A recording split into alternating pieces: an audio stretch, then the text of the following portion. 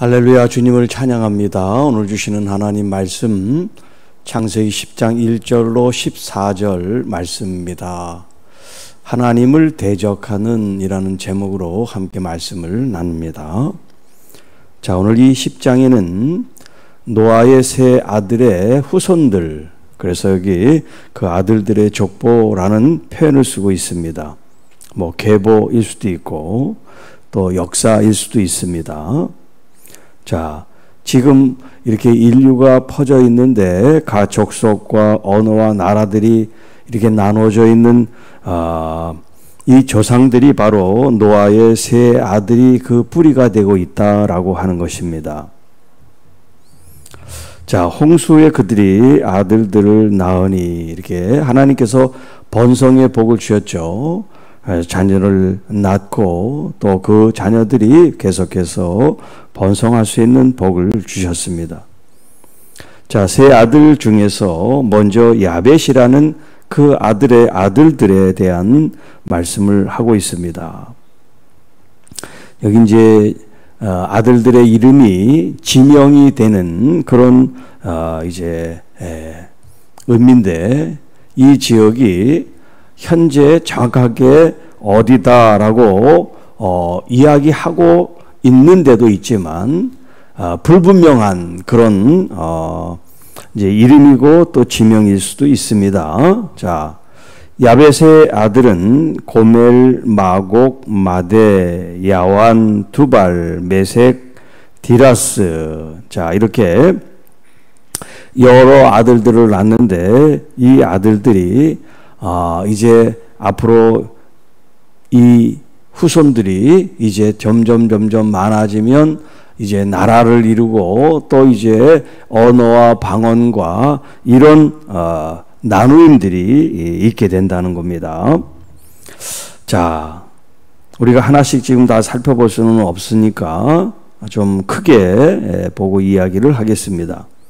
5절, 이들로부터 여러 나라 백성으로 나뉘어서 각기 언어와 족속과 나라대로 바닷가의 땅에 머물렀더라. 육지에도 있고 또 해안의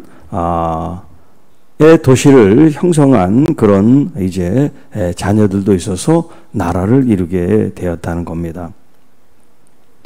자, 그리고 6절부터 20절까지, 오늘은 우리가 14절까지 읽었습니다만 6절부터 20절까지 함이라고 하는 노아의 아들의 자손들에 대한 이야기가 나와 있습니다. 자, 분량으로 보면 야벳은 한 2절, 3절 정도로 묘사를 하고 있는데, 이 함은 자세하게 기록을 하고 있고요. 또 21절 이하에는 셈의 후손들에 대한 기록이 있습니다. 자, 함의 아들은 네 아들이 등장을 합니다. 구스, 미즈라임, 붓, 가나안. 자, 구스라는 지역이 이제 미즈라임도 그렇고 이 아프리카, 우리가 이제 대륙으로 따지면 뭐 아시아, 유럽, 아프리카 이렇게 있잖아요. 이제 이 아프리카의 후손들, 그 후손들을 이제 우리에게 말했는데, 바로 함의 아들들이 구스와 미스라임, 미스라임은 에집트, 애굽이라고 하는 이 미스라임이 이집트를 가리키는 거예요. 리비아 혹은 북아프리카 이 지역에 이제 그 아들들이 내려가서 정착을 하고 뿌리를 내려서 나라를 이루게 된다. 그리고 가나안은 뭐 우리가 너무나 잘 알다시피 지금 이스라엘이 있는 그 팔레스틴 그 지역이 가나안이잖아요. 그래서 함의 아들 가나안이 우리 이제 어제도 봤습니다만 하나님의 이 노아를 통해서 저주를 받는 그 이제 아들이 가나안이에요. 자, 구스의 아들들에 대해서 쭉 이야기가 나옵니다. 8절, 구스가 또 니물롯을 낳았는데 그는 세상의 첫 용사라. 그가 여호와 앞에서 용감한 사냥꾼이 되었으므로 속담에 이르기를 아문은 여호와 앞에 니물롯 같이 용감한 사냥꾼이로다 하더라.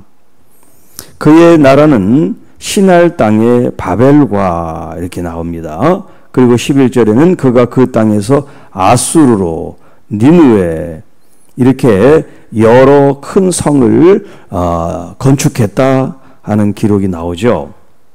자, 그래서 오늘 이 니므롯에 대해서 좀 말씀을 나누겠습니다. 이 니물롯은 지금 여기 이 본문에 보면은 첫 용사라, 세상에 나온 첫 용사라, 그리고 용감한 사냥꾼이라 그런 표현을 쓰고 있어요. 누구 앞에서? 여호와 앞에서. 지금 이 개역 성경을 이렇게 우리가 지금 읽고 있습니다만 이 성경으로 보면 어떤 오류를 범할 수 있냐면 이 사람이 하나님 앞에서 굉장히 훌륭한 그런 용사고 사냥꾼이다 그렇게 생각하기 쉽습니다. 근데 이게 하나님 앞에서라는 이 말이 뭐냐면 영어로 이제 against라는 말을 쓰는데 하나님을 대적하는 그런 얘기예요. 그런데 이게 하나님 앞에서라고 하는 번역을 해보니까 이 니므롯이라는 사람이 굉장히 하나님 앞에 무슨 잘하는 사람처럼 이렇게 읽을 수 있는 오해를 불러일으킨단 말이에요. 자, 이 사람의 나라가 시날 땅의 바벨이라고 했죠. 이 바벨이 바벨론의 수도예요. 바벨론의 수도. 아수르, 바벨론 얼마나 많이 이스라엘을 괴롭히고 또 아수르 같은 경우는 북왕국 이스라엘을 멸망시키고 바벨론은 남왕국 유다를 멸망시켰던 그런 원수 같은 나라란 말이에요. 그리고 이제 11장에 보면 바벨 사건이 나오는데 바로 그 바벨이에요. 자, 이 바벨탑이 뭐냐면 하나님처럼 되려고 하는 이 니므롯의 욕망의 표현이란 말이에요. 그래서 그 니므롯이라고 하는 이 사람의 이 이름이 대적한다 하는 그런 뜻이 있어요. 대적한다. 자, 어제도 제가 물질 권세에 대한 얘기를 했지만 물질도 학식도 뭐 없는 사람들은 하나님 앞에 뭐 대적할 그게 없어요. 그런데 돈이 있고 힘이 있고 뭔가 가지고 있는 사람들은 하나님을 대적하려고 그래요. 그건 무슨 뜻이냐면 자기가 하나님처럼 되고 싶은 그런 욕망에 사로잡히게 된다는 거예요. 이 니므롯이 그런 사람이에요. 힘이 있고 지혜가 있고 그래서 사람들을 정복하고 또 더 큰 성을 만들고 더 큰 탑을 쌓고 이렇게 스스로가 사람들로부터 존경을 받고 또 칭송을 받고 추앙을 받고 마치 신이 된 것처럼 그렇게 자기를 높이는 그런 사람들이 힘 있는 사람들이란 말이에요. 그래서 왕이 되고 하면 신격화를 해서 자기가 신인 것처럼 그렇게 착각을 하게 되는데 바로 그 사람이 여기 니물롯이 그 첫 번째 사람이라는 거예요. 이 니물롯은 뛰어난 지도자, 세상적으로 보면 뛰어난 그런 전략가 혹은 용사, 전사, 또 건축가 여러 가지 의미를 붙일 수 있는 그런 사람이에요. 그런데 가장 중요한 그렇게 뛰어나고 힘있고 이런 것들을 전부 하나님께서 주셨다 그러면 하나님께 순종하고 하나님께 영광을 돌리는 통로로 쓰여야 되는데 하나님이 주신 그 달란트, 그 힘, 재능, 이 능력을 가지고 무엇을 하냐면 스스로 자기를 높이고 교만해서 하나님을 대적하는 자리에 있기를 원한다는 거예요. 이것이 니므롯뿐만 아니라 오늘날까지 우리 인간의 속에 있는 그 욕망 속에 자리 잡고 있는 죄성이라고 말할 수 있어요. 단순히 어떤 그 사람의 욕망, 그것으로만이 아니라 이 사람이 가지고 있는 그 욕망을 건드리는 존재가 있는데 그게 바로 사탄이에요. 사단은 우리의 약점, 장점, 우리의 아킬레스건을 다 알기 때문에 그것을 가지고 건드리고 부추겨서 속으로 하고 싶은데 라는 생각만 해도 옆에서 조금만 충동을 주고 조금만 바람을 불고 조금만 축혀주면 그 생각이 확 밖으로 표현돼 버리게 만든다는 거죠. 뱀이 그랬어요. 뱀이. 이 하와에게 나무 실과를 봐도 별로 관심도 없고 별로 먹고 싶은 생각도 없는 이 여자에게 솔깃한 충동거리를 제공해 준단 말이에요. 그걸 먹으면 눈이 밝아지고 하나님처럼 돼. 하나님도 그걸 알아. 그러니까 먹고 싶고 지혜롭게 하고 정말 하나님처럼 될 것 같은 그런 마음이 확 들어온단 말이죠. 여기 이 니물롯이 그랬어요. 힘으로나 자기의 지혜로나 사람들이 자기를 따라올 수가 없어요. 너무나 높은 수준에 있기 때문에 말 안 들면 힘으로 정복해버리면 되니까. 그러니까 이렇게 착각을 불러오게 한단 말이에요. 자, 그가 세운 성들을 보세요. 그리고 그 후손들이 어떻습니까? 이스라엘을 대적하는 사람들이에요. 이스라엘을 대적하는 사람들. 아수르가 그래요. 바벨론이 그래요. 또 13절에는 미스라임이 이제 애굽, 이집트를 가리켜요. 이스라엘 백성들이 430년 동안 이 미스라임, 애굽의 노예로 살았어요. 어린 아기 예수님은 애굽으로 피난 갔다 애굽에서 나온 내 아들이다. 그런 말씀을 우리가 나눴죠. 자, 이렇게 지금 함의 후손들은 하나님의 자손들, 하나님의 경건의 뿌리를 내리고 있는 하나님의 사람들을 어떻게 합니까? 대적하는 사람들이 됐어요. 대적하는 사람들. 그 아버지는 노아, 신실하고 의롭고 거룩하고 하나님과 동행하는 그런 하나님의 말씀을 준행했던 아버지인데 이 세 아들들은 다 각각이란 말이에요. 믿음의 뿌리를 가진 아들도 있고 형제를 대적하고 하나님을 대적하는 그런 후손도 이 속에 있단 말이죠. 그러니까 한 배로 낳은 자식들이라고 다 똑같지가 않는 거예요. 그러니까 우리가 더 관심을 갖고 또 기도하고 정말 더 하나님의 말씀대로 자녀들이 잘 자랄 수 있도록 여러분들이 관심을 갖고 기도하는 것이 얼마나 중요한지 몰라요. 그냥 내버려 두면 세상에 이런 영향들이 자녀들에게 오면 그걸 주체하지 못하고 또 그것을 견디지 못하는 그런 삶을 살 수가 있는데 믿음으로 다져놓은 어떤 그런 삶은 염려가 있고 환난이 있고 질병과 고통이 있어도 그 환난을 견딜 수 있는 힘이 생긴단 말이에요. 그게 바로 믿음의 힘입니다. 그게 바로 말씀의 힘입니다. 여러분들이 그런 말씀의 힘을 의지하고 하나님께 영광을 돌리고 하나님께 순종하는 그 삶이 보여질 때 자녀들도 암암리에 그들이 그것을 보고 배우고 영향을 받고 따라하게 되는 거예요. 그렇기 때문에 믿음의 본이 얼마나 중요한지 모릅니다. 안 보일 것 같아도 아이들이 다 보고 있어요. 말하지 않아도 느끼고 있어요.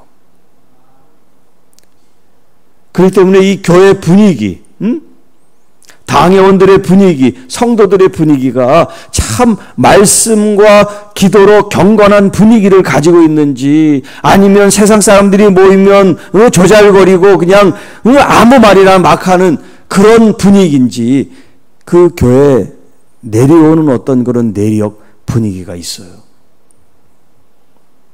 자, 이 흐름, 영적인 흐름을 우리가 말씀으로 또 경건한 이런 신앙으로 잘 이걸 유지하고 간수하지 않으면 누군가 한 사람이 들어와서 이걸 금방 흐리게 만들 수가 있어요. 이걸 우리가 조심해야 돼요. 자, 그래서 교회에서는 말하는 사람보다 말하지 않는 사람이 더 위대한 사람이에요. 말을 많이 하는데 그 말이 정말 사람들을 감동시키고 또 겸손하고 하나님께 영광 돌리는 그런 말들이 거의 없어요. 전부 다 험담을 하고 깎아내리고 없는 말을 지어내는 말들이 무수히 많습니다. 그런데 그게 습관이 돼서 사람들이 잘 몰라요. 여러분의 말 속에, 행동 속에 하나님을 대적하는 것이 있는지 없는지 여러분들이 살펴야 돼요. 여러분들의 마음과 생각과 언어는 오직 하나님께 영광을 돌릴 수 있도록, 차라리 침묵하고 말하지 않는 게 더 하나님께 영광을 돌리고, 교회 덕을 세운다 그러면 말을 차라리 안 하는 게 본인이나 교회를 위해서 유익하다. 말을 하려면 정말 정의롭고 의로운 하나님의 말씀이 지켜지지 않을 때 이것은 하나님이 원치 않는 것입니다. 그렇게 당당하게 바르게 말할 수 있는 사람들이 되실 수 있기를 축복합니다. 왜냐하면 우리는 하나님의 부름을 받은 존재들이에요. 하나님께 영광을 돌리도록 창조한 하나님의 피조물이기 때문에 그렇습니다. 그리고 하나님께 영광 돌리도록 하나님의 형상대로 지음을 받은 사람들이기 때문에 그렇습니다. 하나님의 성품, 하나님의 마음, 하나님 아버지의 뜻을 행하지 않으면 우리는 마지막 때 주님께서 나는 너를 모른다, 그렇게 하신다고 말씀하셨기 때문에 우리는 다른 사람을 보는 것이 아니라 나 자신이 말씀으로 다 자꾸 돌아가서 그 말씀을 목말라 하고 그 말씀에 사무치고 그 말씀을 따르려고 하는 여러분들의 심령이 될 때 주님이 여러분 안에서 기뻐하실 겁니다. 주님이 여러분 안에서 응원을 하실 겁니다.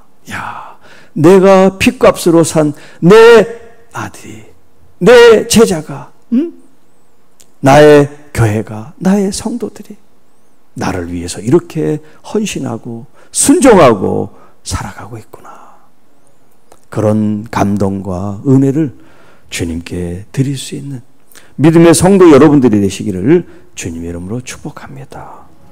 하나님 아버지 감사합니다.